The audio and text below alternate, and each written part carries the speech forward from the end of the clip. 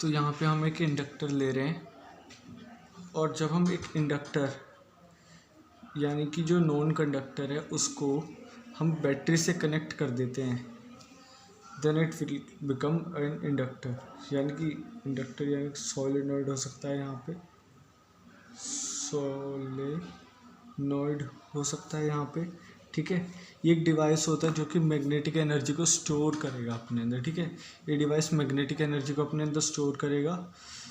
There are two phenomenons linked with an inductor. दो तरह की चीज़ें होंगी इंडक्टर के साथ, यानी दो तरह से इंडक्शन होगा, ठीक है। और वो दो तरीके हैं, सेल्फ इंडक्शन, म्यूचुअल इंडक्शन। सबसे पहले हम देखेंगे सेल्फ इंडक्शन। सेल्फ इंडक्शन में क्या होगा कि इसके with in the inductor magnetic field produce होगी, मैग्नेटिक फ्लक्स प्रोड्यूस होगा, और फिर ईएमएफ भी इंड्यूस होगा, ठीक है।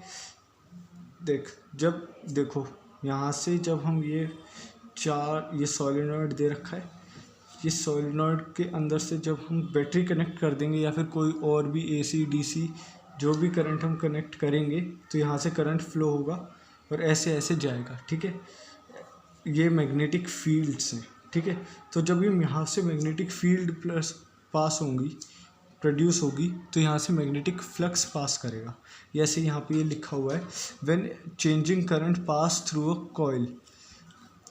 इस करंट को हम चेंज भी कर रहे हैं, ये ब्रैकेट में लिखा हुआ है, चेंज कर रहे हैं हम इसे time to time. When changing current pass through a coil then the magnetic flux linked with the coil also changes, due to which an opposing EMF is induced in the same coil.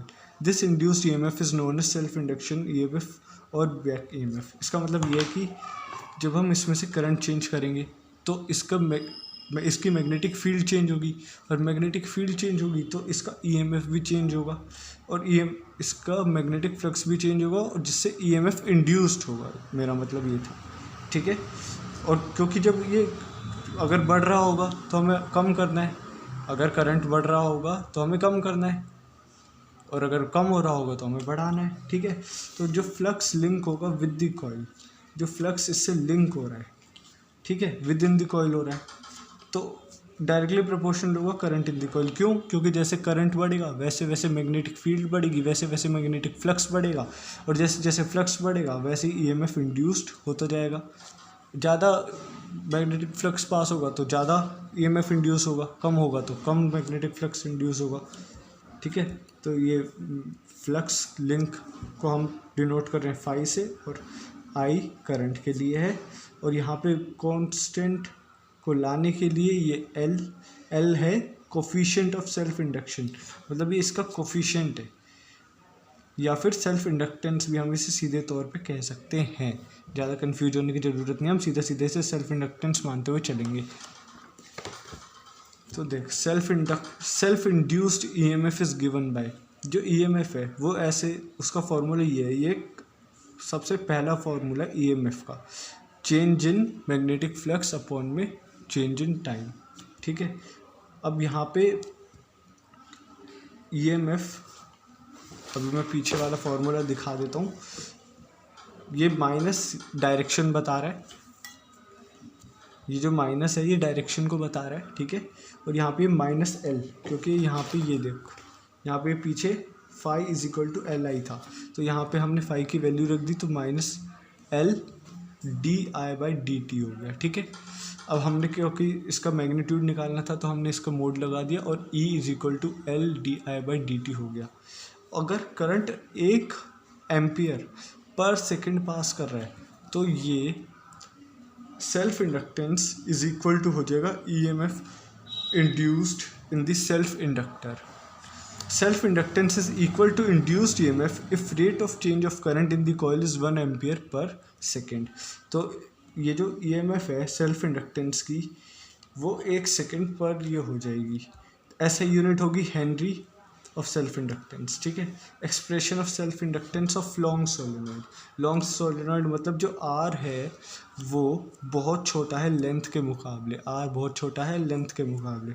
Number of turns per length N मान लिए तो total turns हो गए capital N is equal to N into L, ठीक है। तो magnetic field in the coil, magnetic field इस coil के अंदर होगी कितनी, तो होगी मैग्नेटिक फील्ड का एक फॉर्मूला है B = mu naught N into I.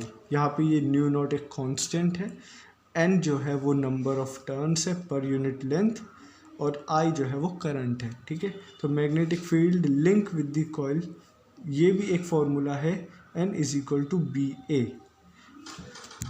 यहाँ पे ये सारे फॉर्मूले की बात हो रही है, तो यहाँ पे हम सारे फॉर्मूले देखते रहेंगे कि, और यहाँ पे NBA, तो यहाँ पे हमने B की वैल्यू रख दी यहाँ से, तो ये आ गया फ्लक्स =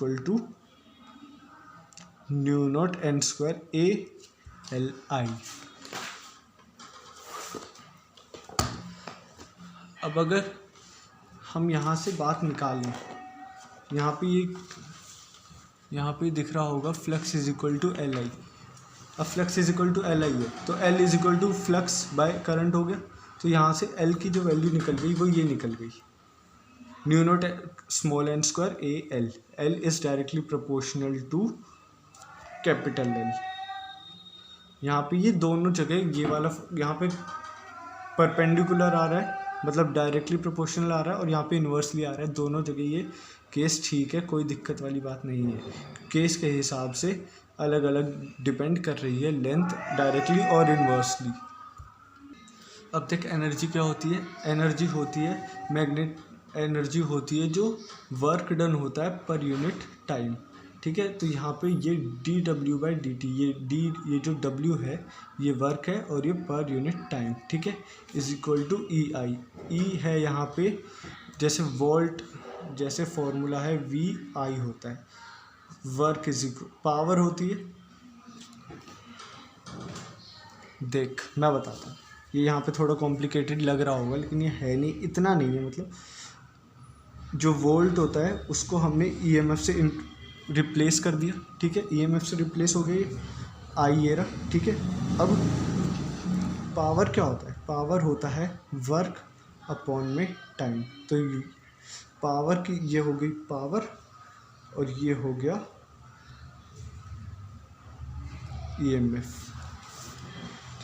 ये dW/dt। अब यहाँ पे हमने EMF की वैल्यू रख दी जो हमें पीछे से मिली थी, ये वाली। मैग्नीट्यूड ले रहे हैं तो इसलिए पॉजिटिव वैल्यू ली है, माइनस को हटा दिया। ठीक है, अब दोनों तरफ हमने इंटीग्रेट कर दिया, और यहाँ पे जो वर्क की वैल्यू आ गई है, यानी कि एनर्जी की, मैग्नेटिक एनर्जी की, वो है ½LI²। अब ठीक है, अब हमें पता है कि L = mu naught n² capital A into L होता है, तो I/B/में न्यू नॉट N हो गया। कैसे हो गया?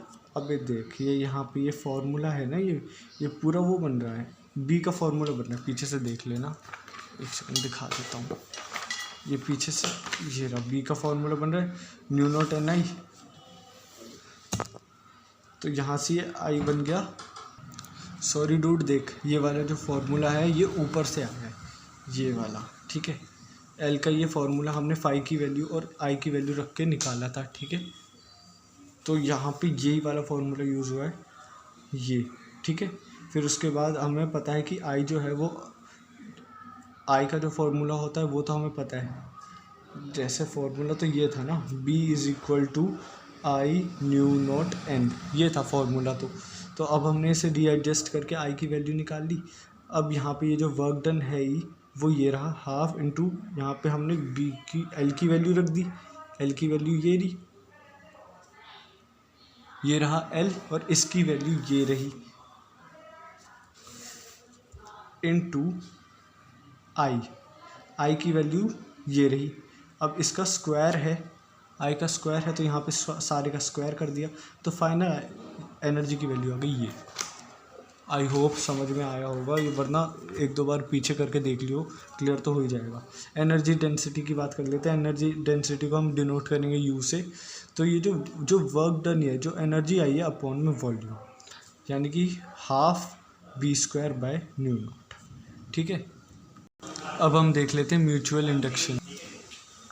देख भाई, अब हम पढ़ेंगे म्यूचुअल इंडक्शन। म्यूचुअल इंडक्शन में देख दो कोइल होती हैं, एक तो होती है प्राइमरी और एक होती है सेकेंडरी। तो प्राइमरी में से हम करंट पास करते हैं, उसे चेंज करते हैं, उससे जो मैग्नेटिक फील्ड बनती है वो इसमें इंड्यूस होती है, मतलब इसके अंदर जाती है। मैग्नेटिक फील्ड इसमें बन रही है, इसके अंदर जा रही है, इसमें करंट चेंज हो रहा है। तो इसके साथ साथ इसमें तो हो ही रहा है, इसकी बात नहीं करेंगे, इसमें हमने पीछे सेल्फ इंडक्शन के में पूरी बात कर ली। देखिए हमने पूरी बात कर ली सेल्फ इंडक्शन के बारे में। तो अब ये तो अगर इंडिविजुअल केस उठाएंगे तो ये है सेल्फ इंडक्शन का। लेकिन अगर हम इसके साथ वाले, इसके जस्ट नेबर वाली कॉइल के बारे में अब हम बात करने जा रहे हैं, तो वो है सेकेंडरी कॉइल। और इसके अंदर करंट चेंज हो रहा है, तो इसके साथ साथ इसकी मैग्नेटिक फील्ड तो चेंज हो ही रही है, साथ में इसकी भी चेंज हो रही है, क्योंकि इसके जस्ट साइड में रखा है। तो इसकी जो मैग्नेटिक फील्ड है वो इसके अंदर भी आ रही है। फील्ड अंदर आ रही है तो इसमें करंट चेंज हुआ, इसमें करंट चेंज हुआ, इसमें मतलब मैग्नेटिक फील्ड चेंज हुई, क्योंकि इसमें मैग्नेटिक फील्ड प्रोड्यूस होगी। अब इसमें चेंज होगा तो साथ साथ इसमें क्या होगा, फ्लक्स इंड्यूस होगा, फ्लक्स इसमें लिंक होगा। करंट बढ़ेगा तो इसमें फ्लक्स ज़्यादा लिंक होगा, और कम होगा करंट तो इसमें भी कम हो जाएगा। ठीक है, इसलिए यहाँ पे ये सीधी लाइन पढ़ के बता देता हूँ, अच्छे से आ जाएगी। The phenomena of inducing EMF in a coil due to change in the current of neighbouring coil primary is known as mutual induction. मतलब इसमें करंट चेंज कर रहे हैं तो इसमें ईएमएफ इंड्यूस होगा, क्योंकि इसमें फ्लक्स आएगा तो इसमें ईएमएफ इंड्यूस होगा। कम ज़्यादा करेंगे, चेंज कर रहे हैं यहाँ पे, तो फिर उससे क्या होगा कि यहाँ पे इंडक्शन होगा, जो फ्लक्स लिंक होगा सेकेंडरी के साथ। अब देख भाई, सीधी सी बात है, जैसे मैंने अभी बोला, जो इसमें फ्लक्स जाएगा वो डिपेंड कर रहा है इसमें करंट कितना है। अगर इसमें करंट ज़्यादा तो इसमें फ्लक्स ज़्यादा, और अगर इसमें करंट कम कर दिया हमने तो इसमें फ्लक्स भी तो कम हो जाएगा, क्योंकि मैग्नेटिक फील्ड ही कम बनेगी फिर तो, और फिर मैग्नेटिक फ्लक्स कम लिंक होगा। तो इसलिए इसके डायरेक्टली प्रोपोर्शनल है, या फिर हम इसे ऐसे भी लिख सकते हैं सिम्बल्स में। अब यहाँ पे भी एक कांस्टेंट इंड्यूस होगा, ये m है, थोड़ा गंदा हो गया। Phi is equal to M S P यानी कि जो कांस्टेंट है mutual inductance of secondary with respect to primary. जो म्यूचुअल इंडक्टेंस है सेकेंडरी में, यानी जो सेकेंडरी में इंडक्शन हो रहा है प्राइमरी की वजह से, विद रिस्पेक्ट टू प्राइमरी मतलब इसकी वजह से जो इंडक्शन हो रहा है इसके अंदर, mutual inductance of secondary with respect to primary. ठीक है, अब यहाँ पे देख लो, यहाँ पे मैंने साफ साफ लिख रखा है, जो फाई है यानी कि जो फ्लक्स है वो सेकेंडरी का होगा, सेकेंडरी के फ्लक्स की बात होगी, यहाँ पे सेकेंडरी के फ्लक्स की बात होगी। और यहाँ पे ये जो करंट है ये है प्राइमरी का, मतलब जो प्राइमरी में करंट आ रहा है उसके बारे में हम कंसीडर करेंगे। अब देख, जो ईएमएफ इंड्यूस होगा in the secondary coil due to change in the current of primary coil. अब जैसे मैंने कहा कि प्राइमरी में करंट चेंज करेंगे तो सेकेंडरी में ईएमएफ इंड्यूस होगा। तो वो कैसे होगा, जैसे कि अभी बताया था कि ये एकदम परमानेंट फार्मूला है ईएमएफ का, माइनस का D phi by D T. अब ई इज इक्वल टू, यहाँ पे अगेन पीछे से फाई की वैल्यू रख दी तो ये आ गया M D I by D T. अब क्योंकि हमें चाहिए इसका मैग्नीट्यूड, तो E is equal to capital M, mod लगा दिया D I by D T, if D I by D T is equal to 1 ampere per second, यानी कि अगर ये 1 एम्पियर है तो E is equal to M. ठीक है, mutual inductance is equal to induced EMF when the rate of change of current in the primary coil is 1 ampere per second. यानी कि अगर पीछे वाली प्राइमरी कॉइल में अगर 1 एम्पियर पर सेकेंड चेंज हो रहा है तो यहाँ पे जो E है वो M के इक्वल हो जाएगा। और ये M क्या है, एक बार फिर से देख लेते हैं। M है mutual inductance of secondary with respect to primary.